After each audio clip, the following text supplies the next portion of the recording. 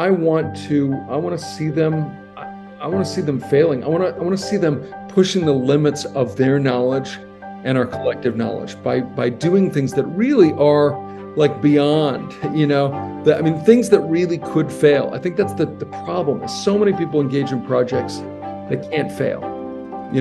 They're doomed to succeed. I mean, we know so much already that they have to succeed in some marginal, tiny way. And I guess I'm of the belief that innovation is really about surfing this boundary between order and chaos. And so how do we really surf that boundary to facilitate, appropriate memory, but real discovery that expands us as individuals and as a field, that allows us to understand the social, world and its engagement with the natural world, the rest of the world, in ways that are really expanding. So.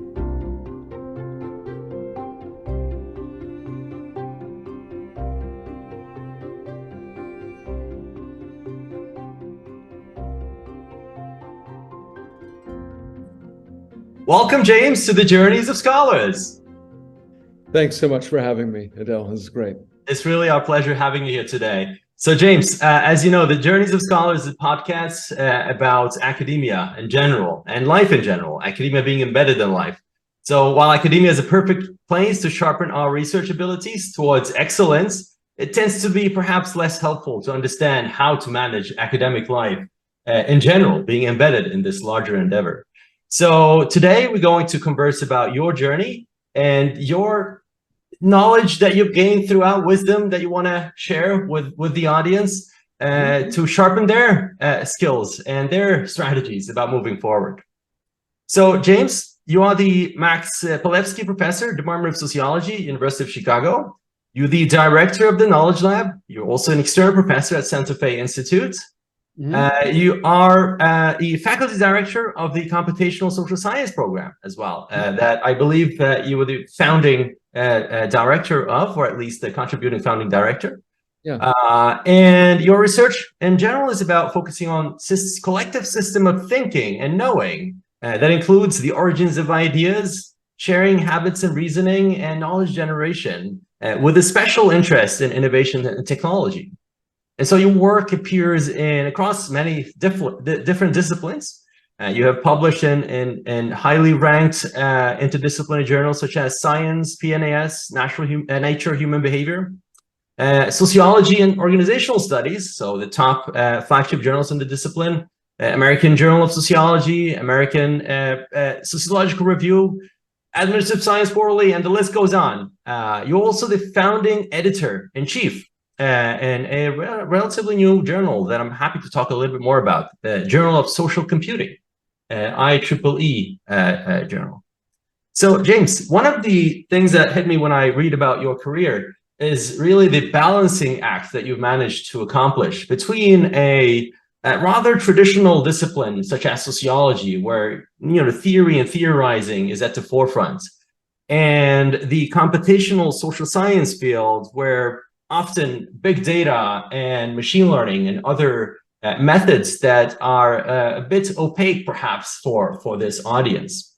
And so you have published in all of these sort of really intricate fields. And how basically have you been able to manage moving through and establishing a research program in this interface? Well, I think, it's a great question. For me, it doesn't feel like a balancing act. It feels like, in some ways, the big ideas from sociology and anthropology and other kind of, I would say, big view social sciences, which are really interested in large scale patterns and configurations over time, have, they've got like a source or generating engine of questions that ends up influencing the degree to which and the way we can point what I would describe as these kind of, on the one hand, they're telescopes, kind of surveying the night sky. We've got large scale data, digital traces of human activity that we've never had before. And so on the one hand, we've got, these kind of telescopes that allow us to look at questions that have been, I would say, deep in the kind of sociological and anthropological psyche, since the origin of these disciplines and beyond, in really new ways. So I see these as kind of like essential to each other in some sense. We've got these big questions which have been unanswerable in some ways or unapproachable at large scales. And then we've got, new sets of tools which allow us to represent this large scale data as literally like, the manifolds and the surfaces and the contrasts, and we can represent them in ways that actually is very similar to the way in which Levi-Strauss and other anthropologists, sociologists, and others have kind of thought about large cultural and social structures.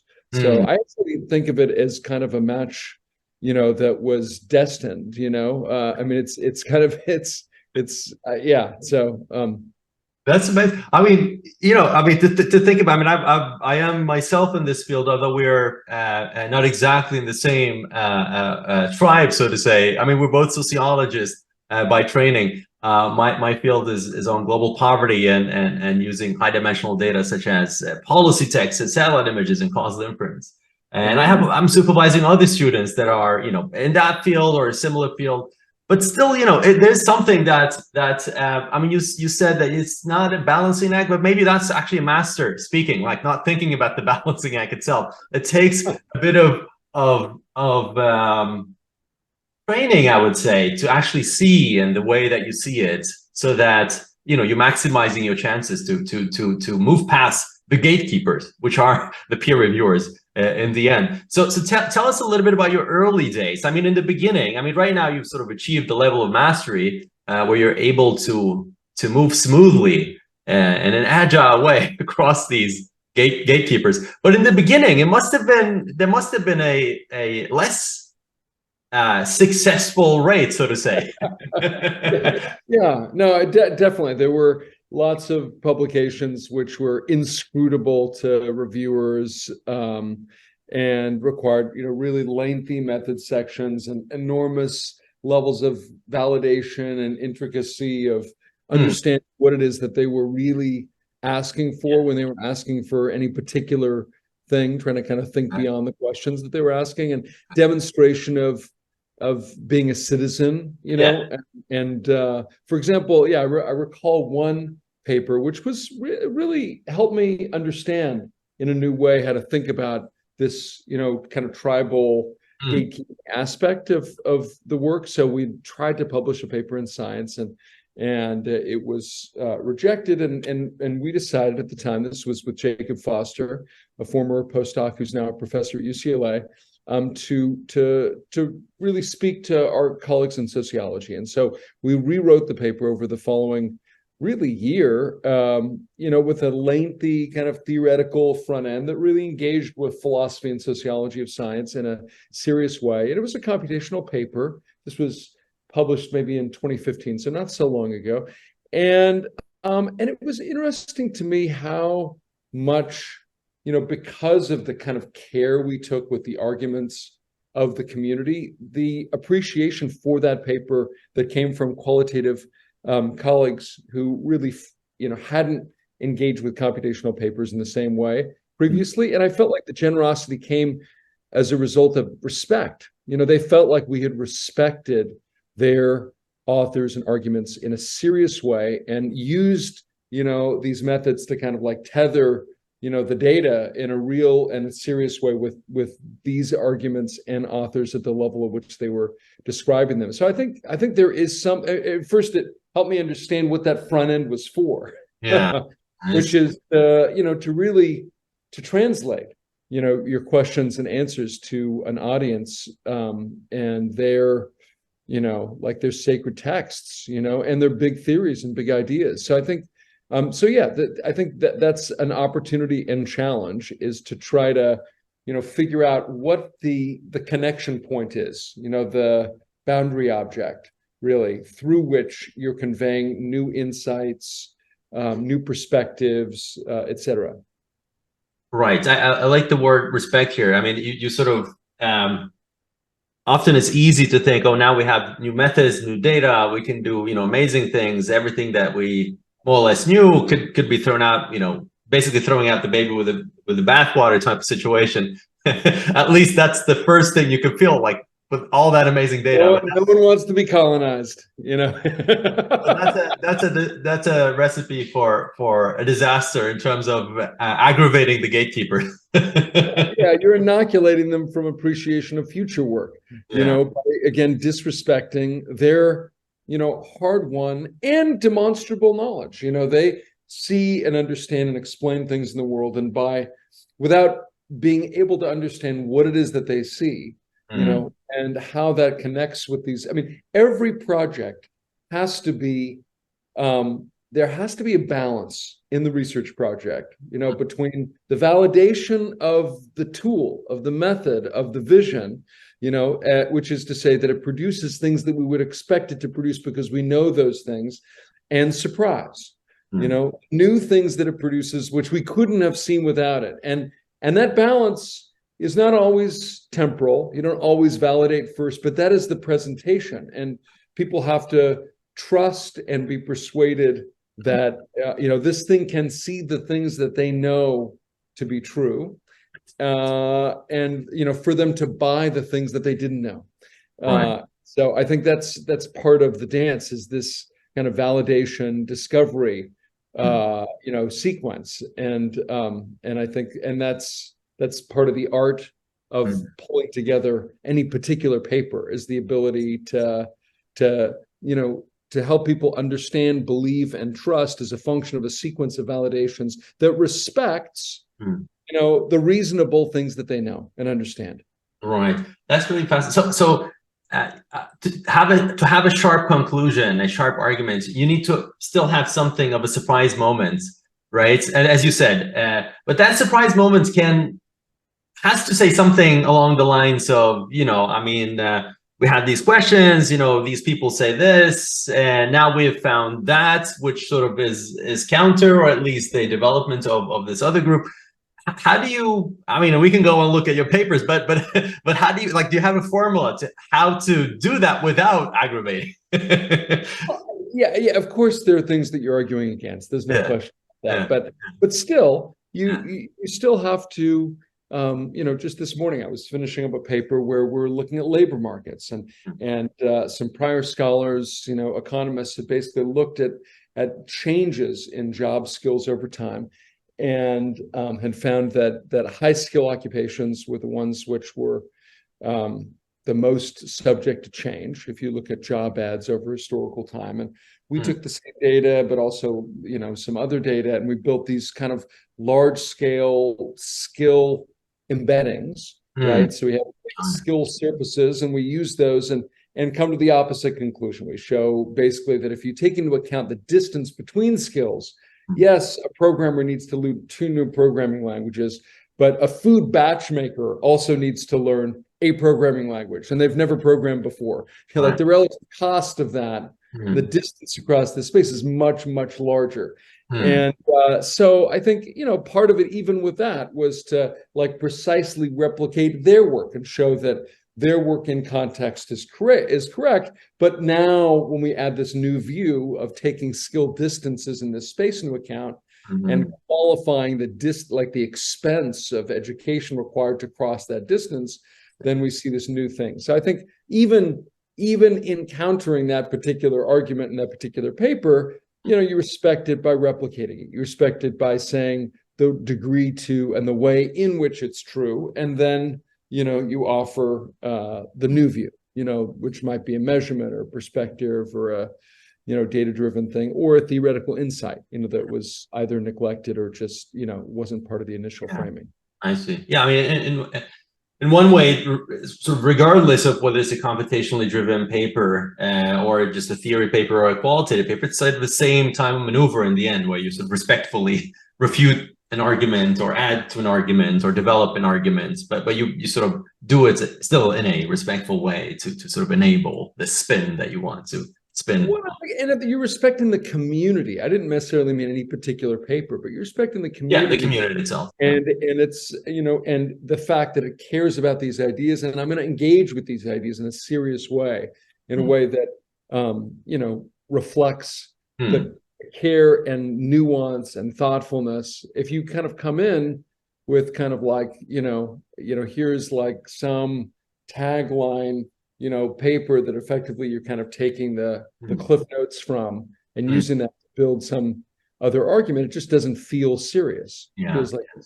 it's not engaging with them. And of course, those communities would be correct, that you don't care about their ideas. So I think translation is enormously important, and that's what we're trying to do when we're speaking across these boundaries. From my perspective, I think that these translational acts are not just acts of service, but that they really do inform this computational and, I would say, large-scale data moment.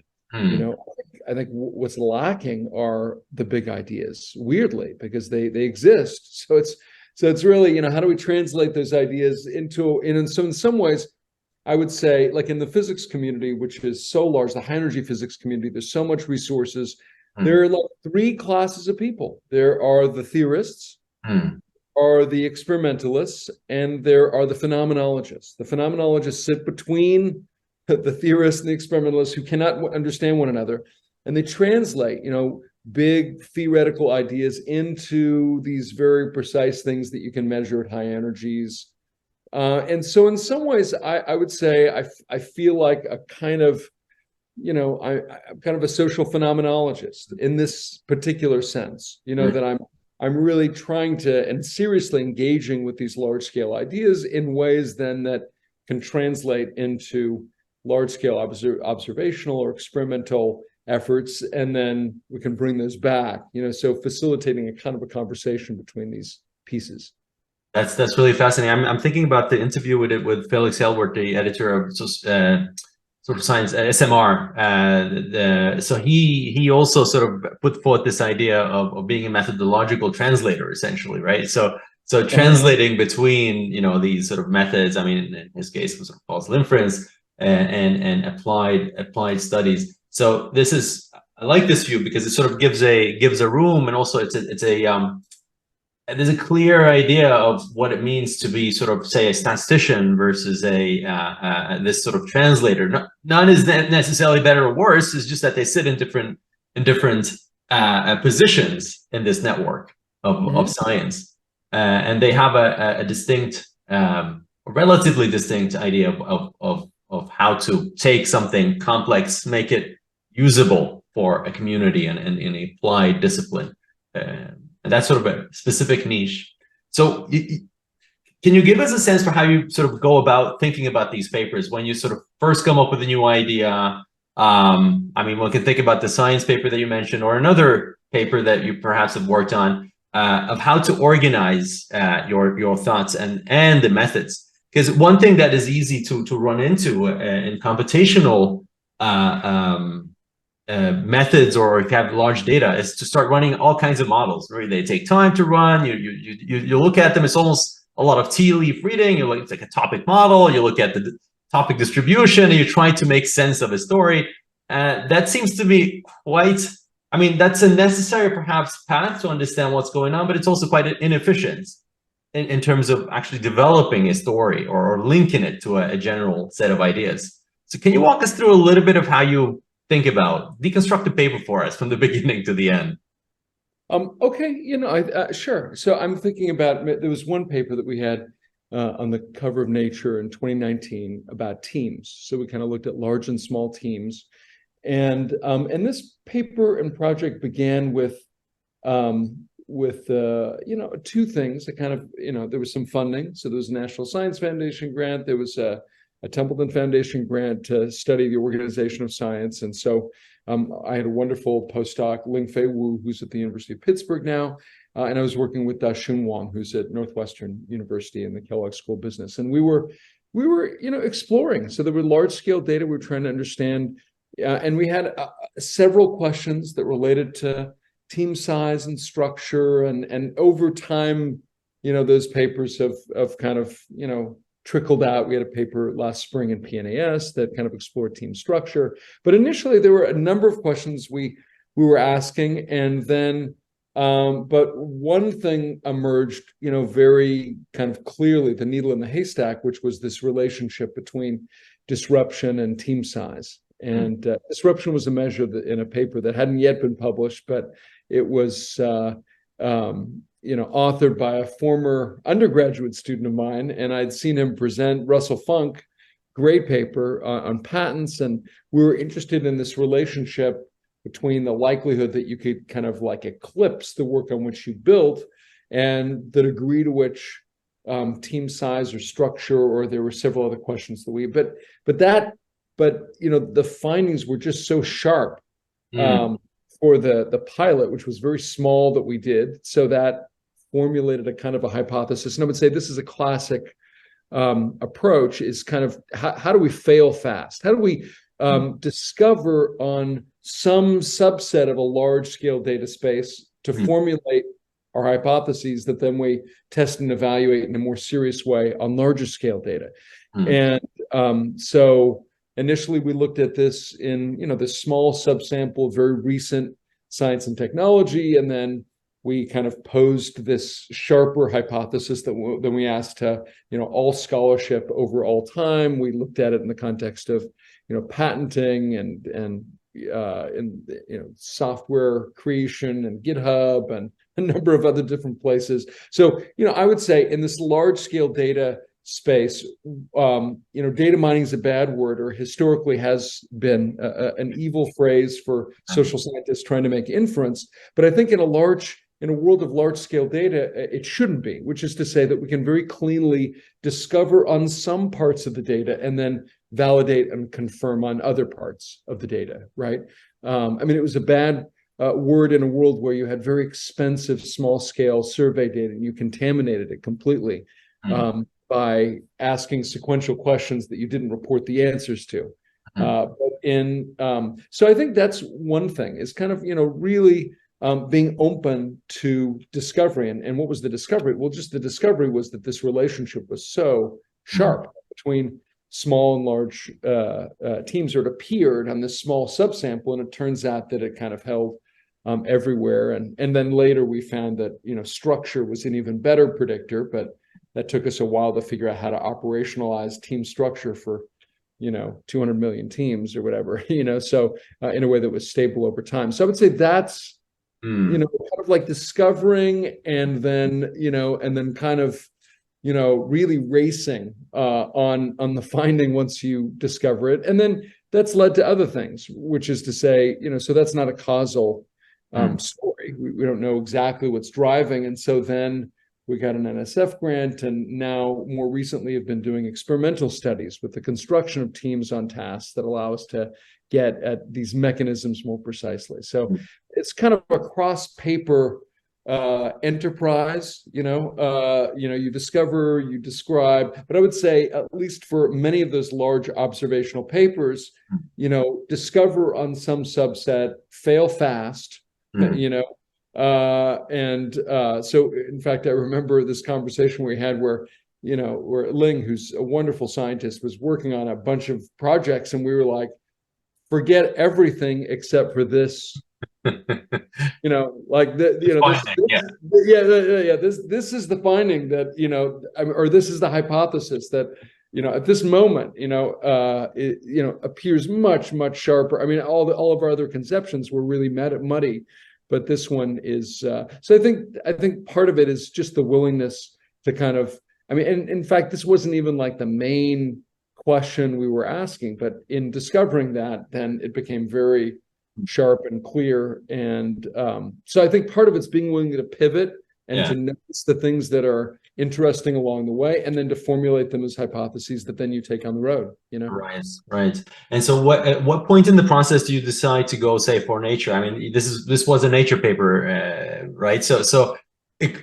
Because the story and the wrapping, in terms of a manuscript, wrapping it up, will be a entirely different process. So when do you decide to go Nature versus, say, Sociology?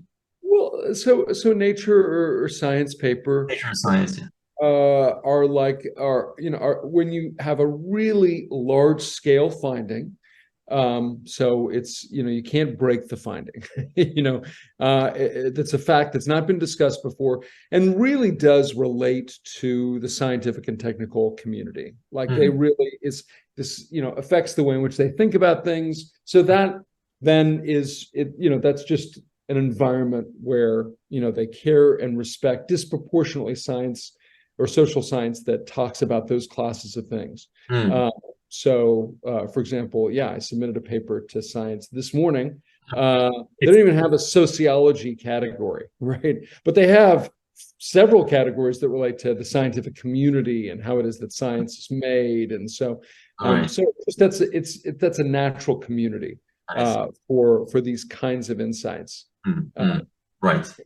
And I would say it's also, there's a formula to all these papers. That's what this is about, and that formula for a science or a nature paper is, can you tell the story really clearly in 4 conceptual and empirical figures? And if you can, and the story is a big story, which is to say, it holds across many cases, across many contexts, and is going to be perceived as relevant to a large scale, cross or multidisciplinary community, then it's a candidate for that kind of an outlet, And so it's like, and of course then, how do you think about? I love visual storytelling, and so making and writing figures is a pleasure for me. Again, that's a translational act that, at least for me, stimulates other questions and answers and hypotheses. And I had a paper that came out in Nature Communications 2 or 3 days ago, and a few colleagues have reached out to me. Oh, how did you make this or that figure? Because those figures tell stories, in a really conceptual and clear way that we haven't seen before. And so, at least for me, I enjoy that visual storytelling. It's really, I see it as largely essential for those kinds of outlets, and an opportunity that is harder to sell in, sociology and some other social science journals, where it's, grayscale or black and white figures, that, are, in some ways, it's like a badge of honor that they look really cranky, as if the machine is just, like produced them with no other. So I think that's that's what a paper like that looks like. And and also you start writing the paper. Like, if you can write an abstract that describes from front to back really the research that you did, then you kind of know that it could be a science or nature paper, right? Because that's really, that abstract is like 1/10 of the article, or and so it has to be a very clean, simple, and clear story, with large impacts. So yeah, no, that's absolutely fascinating. And by the way, what do you use to create those figures? Is it, some of my colleagues I know use PowerPoint, but I guess just we don't need to dwell too much on that, but just your hottest tip. What do you use for it? Oh, okay. It's about this notebook, it's about whiteboards everywhere. That's where the figures get made.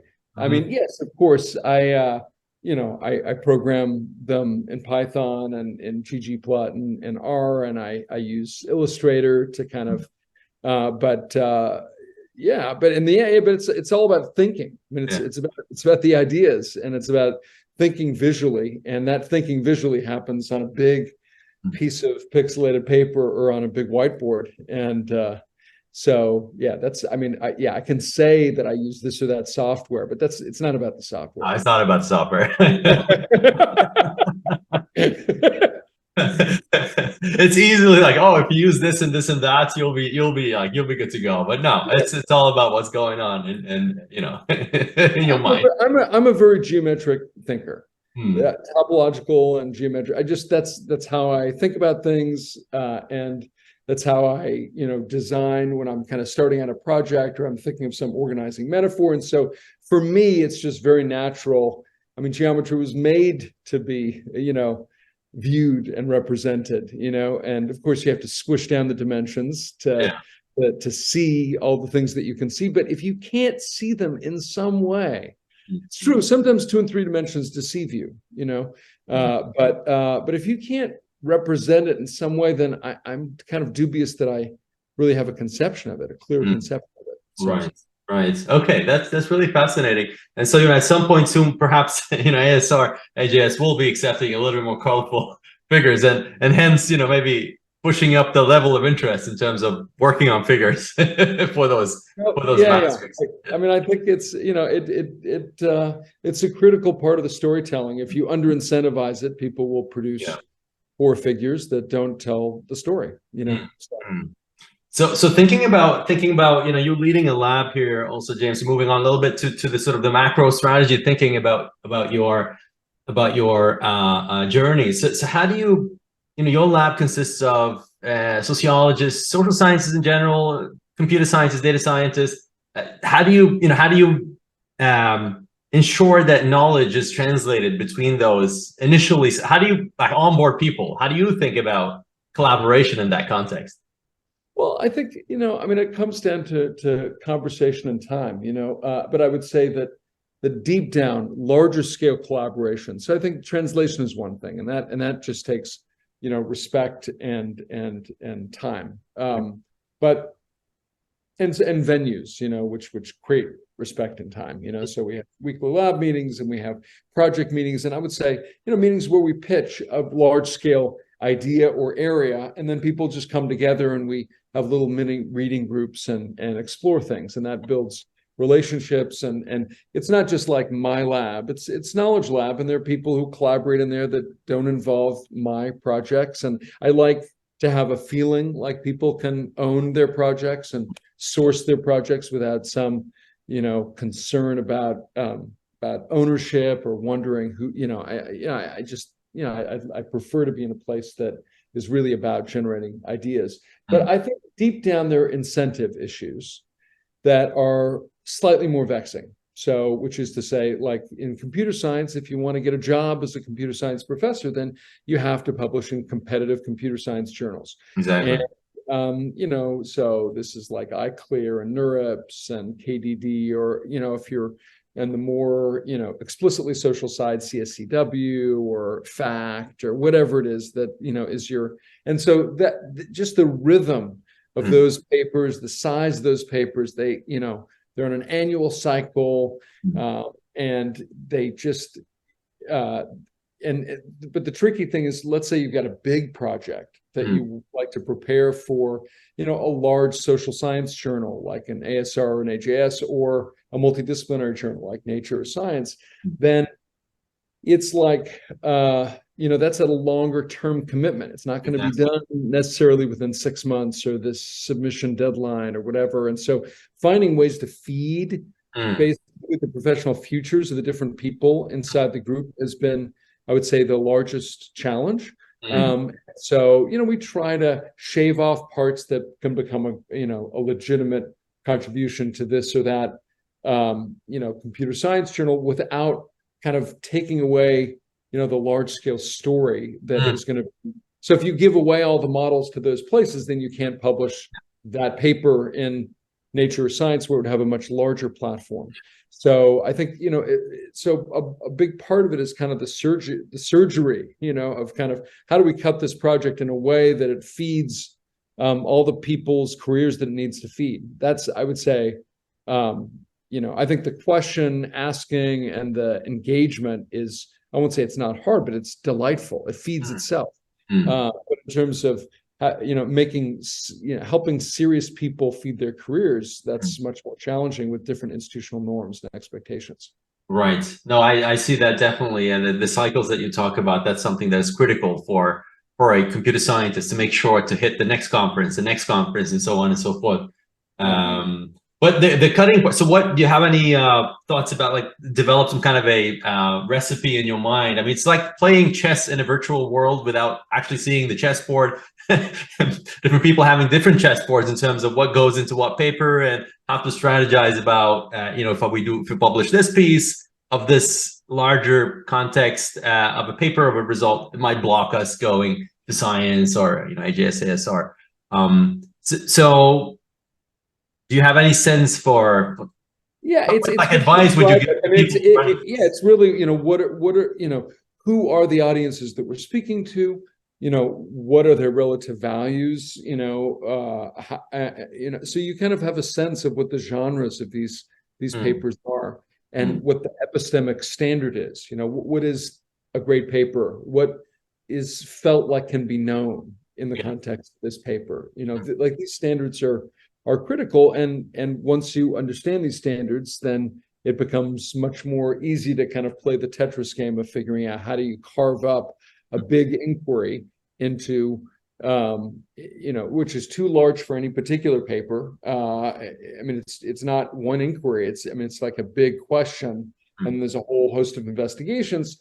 So that's often the way we do it. Is we don't think of it like by paper. It's like we're engaged in a project that's related to, the way in which ideas flow in the context of science and technology, or how I've got this new project I'm working on with a graduate student on perspective, the geometry of perspective. And we're looking at diverse perspectives with respect to different outcomes, in everything from science to screenplays to all kinds of places. You'll take a big question like this, like the diversity of perspective, in our case, with respect to something.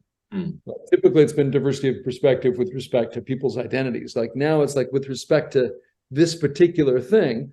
And then, that might be one paper and it might be 5 papers. And so as the project grows and you discover more and you identify, the precise experiments or observations or whatever, then it becomes clear how this is going to, but I would say, so papers are not the last thing, but they're kind of like the second or third to last thing, think about. It's all about, really, building an exciting, persuasive, scientific investigation. And then, 2 or 3 steps before the end, you kind of say, how now does this fit into but I don't begin thinking, I would like to publish it in journal X. It's driven by the ideas. And then, 2 or 3 stages. Once even you've drafted the figures, once the story is kind of like clear, then it becomes a kind of the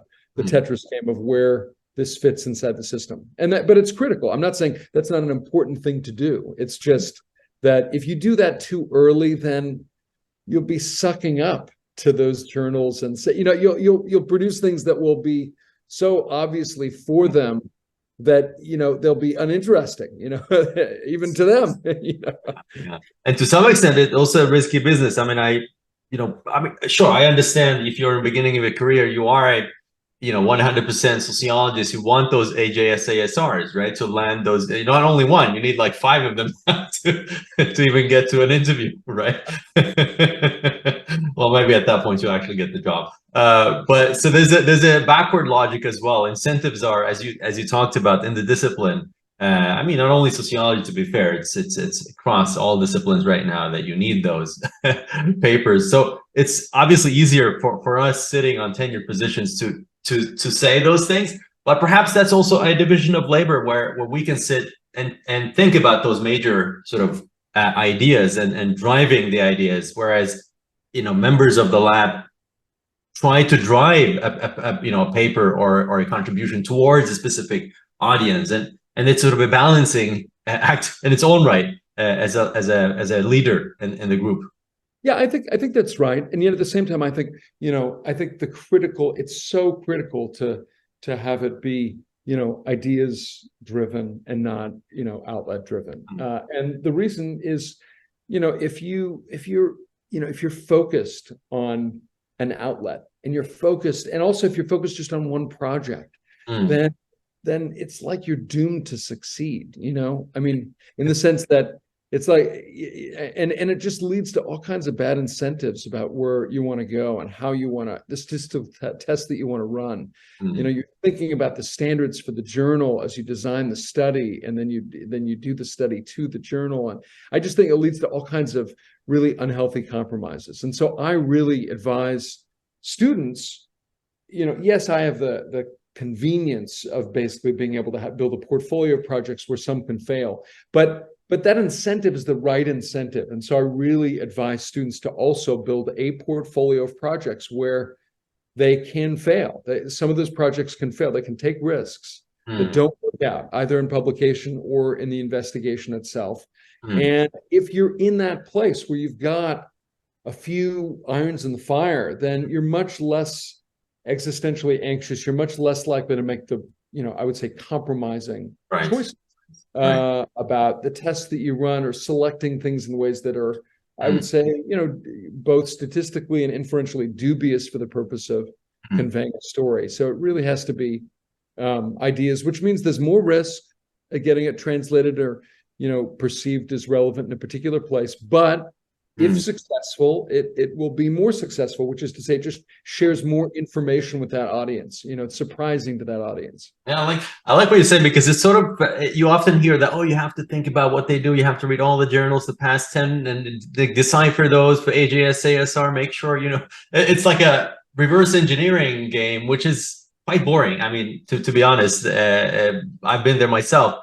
It doesn't, the ideas come like not last, but almost third in this position. Right. Right. And I would say there's certain funders which incentivize this kind of activity, like the NIH. I mean, it's a huge, biggest civilian funding agency in the world, enormously conservative. I mean, it's like every project is decided on its expected value, which means there's no risk, but like there's minimal risk built into the projects that end up getting funded. So I think my advice for a young scholar is to take risks. But how do you take risks? Well, you have to build a portfolio to build in the possibility of rationally taking risks. And I think that allows you to have some things that are really, that really could fail.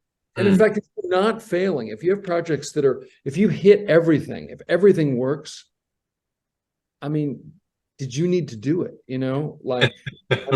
Maybe you have some, superhuman genius. But for me, I mean, my failures systematically are the most scientifically interesting things to me.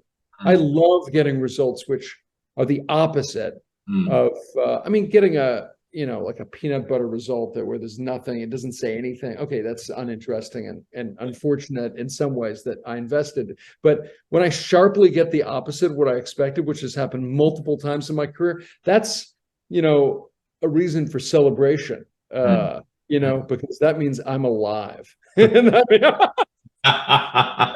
So James, what happens to those? So what classifies as a failure in this context? So what happens to those, failed ideas, failed manuscripts? Do they still get a home somewhere? A journal that, No. Well, sometimes they literally fail. Well, so let's, to be completely honest with this. So yes, a very sharp failure becomes a great paper,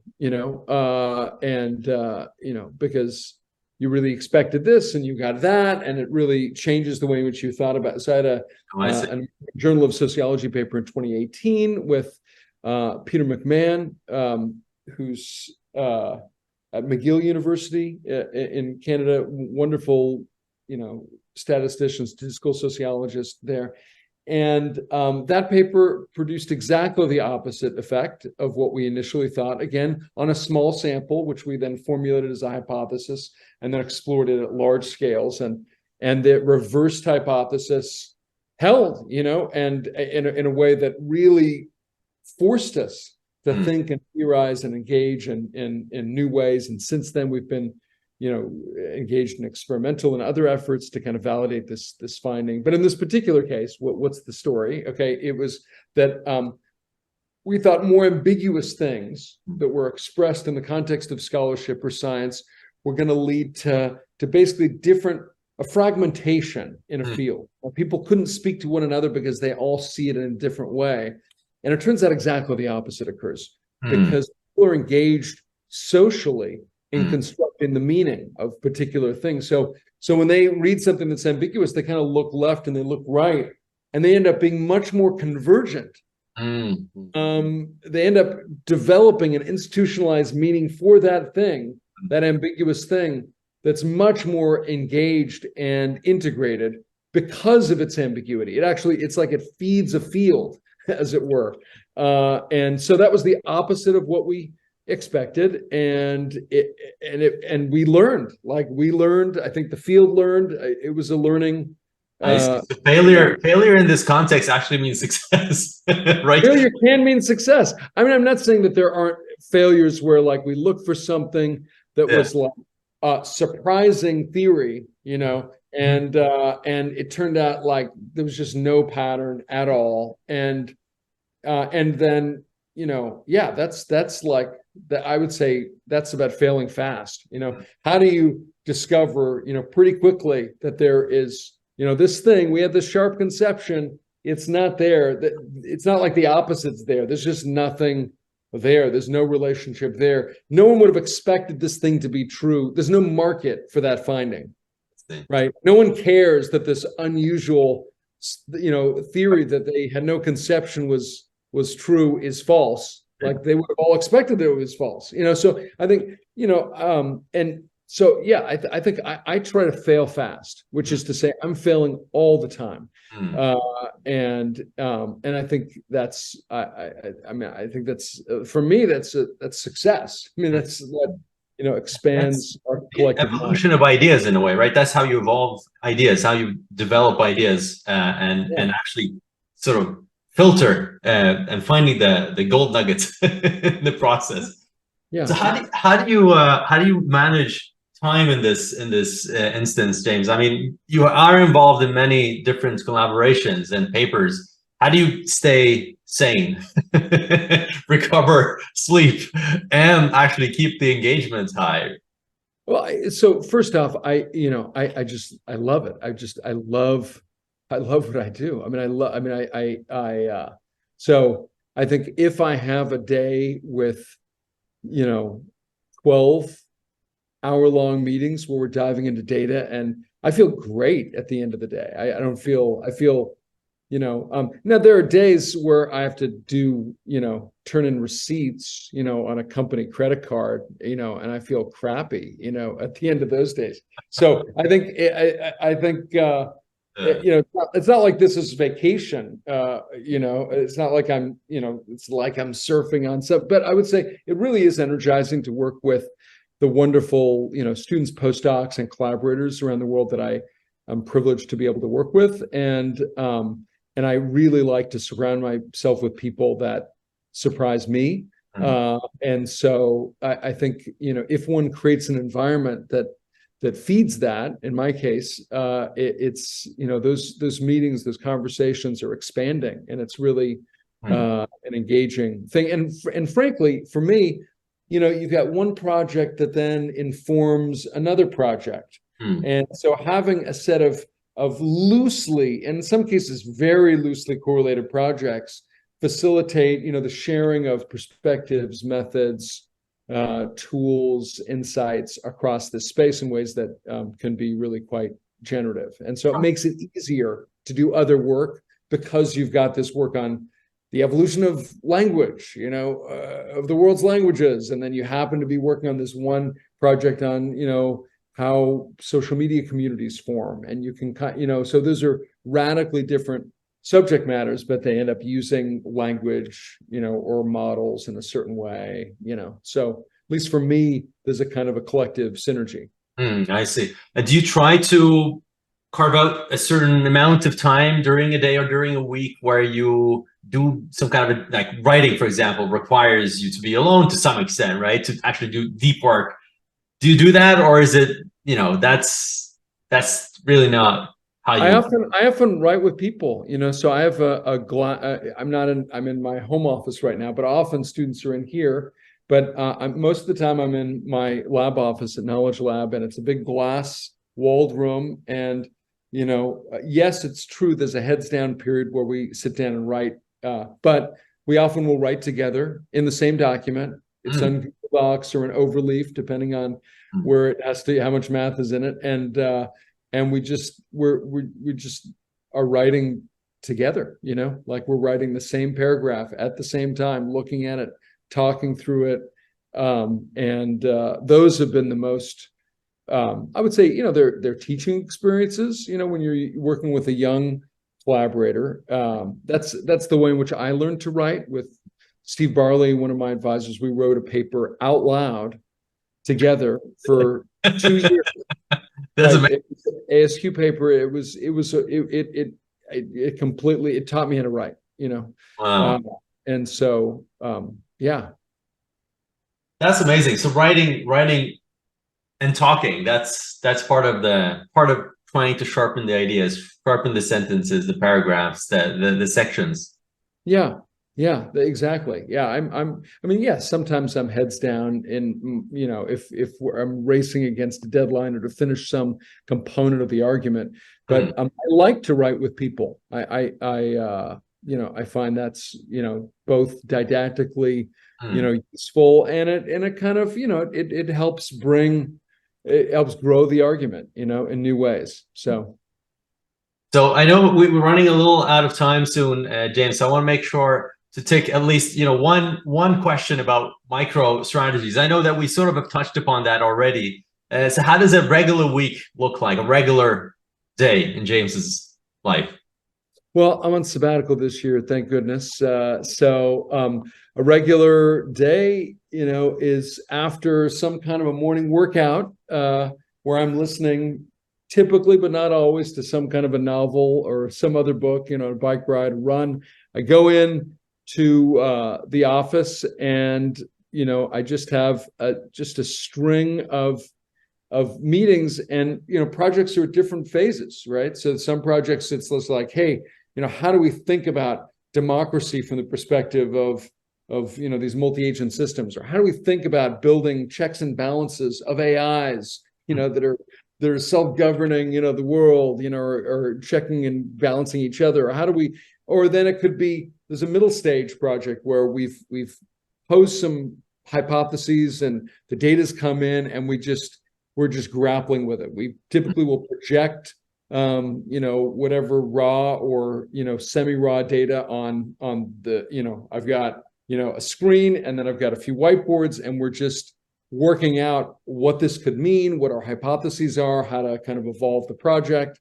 And then the third phase is, where we're just, we're scrambling to write this thing. We're constructing figures, and there it's just extremely, detailed, constructive work. And I would say, the projects are like infrequent when we're thinking up the big ideas, and then when we're like, racing to the finish, then we're meeting every other day or every day, Okay.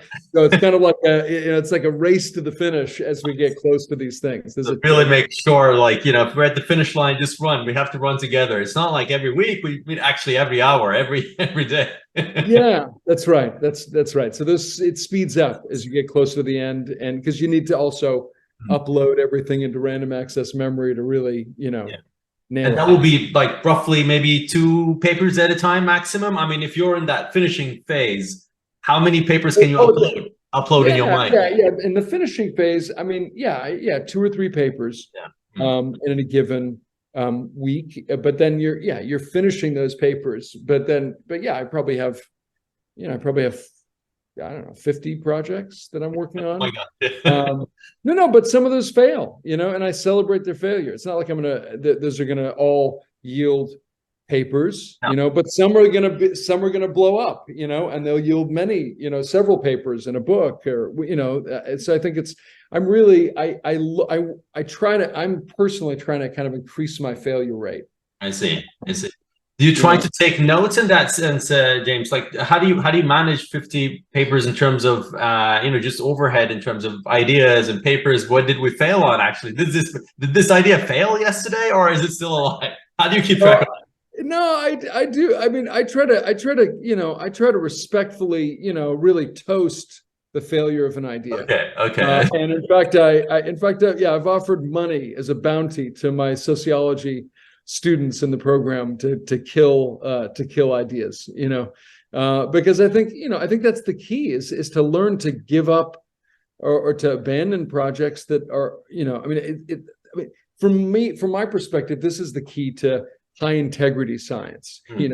If you're holding on to a project with your cold dead hands, you'll do anything you won't even know what you did, to make that palatable to an audience. I think I think those incentives are really bad incentives. And so I really want to celebrate failure, and failure facilitates our ability to engage in risky and surprising activities that are useful to the discipline, not just useful to us. And to clarify to the audience, and now we have to really wrap up very, very soon, is that killing an idea is different from having an idea failing in a surprising, beneficial way, right, James? So making a difference there in terms of killing for failure and succeeding for failure. That's right. That's right. It's about being open. I mean, I think chance. It's about preparing the mind. I really believe in this model of abduction, where you come to an idea not with one theory, but with many theories. You've conditioned yourself in the space of possible theories, and there's a discovery process. And yes, okay, it's true. If you just take that's all your data, you fit it to your thing, then there's all kinds of self-deceiving and field-deceiving ways. But I think the idea here is discover in some part of the space, and then test and confirm in other parts of the space or in other spaces. For me, that's the So James, we are at the end now, and I want to give you the final word in terms of where do you wish to see both juniors, mid-career, and perhaps even senior researchers going? I mean, what's the challenge that you want to give the listeners of this show today? Well, I want to see, at least for me, it's hard for me to say what I want to see from them, but I definitely, of the students that I work with, I want to see them. I want to see them failing. I want to see them pushing the limits of their knowledge and our collective knowledge by doing things that really are like beyond, things that really could fail. I think that's the problem, is so many people engage in projects that can't fail. They're doomed to succeed. I mean, we know so much already that they're, they have to succeed in some marginal, tiny way. And I guess I'm of the belief that innovation is really about surfing this boundary between order and chaos. And so how do we really surf that boundary to facilitate, appropriate memory, but real discovery that expands us as individuals and as a field, that allows us to understand the social, world and its engagement with the natural world, the rest of the world, in ways that are really expanding. So. Fantastic, James. That's an amazing advice that I'll definitely take to my heart. Thank you very much for appearing on the show today, James. And there was so many good questions that we never got to discuss, but we'll perhaps in the future. Next time we're going to do this again. Okay. We'll fail even better next time. Thank you for taking time. Really a pleasure. That's really my pleasure having you, James. Thank you.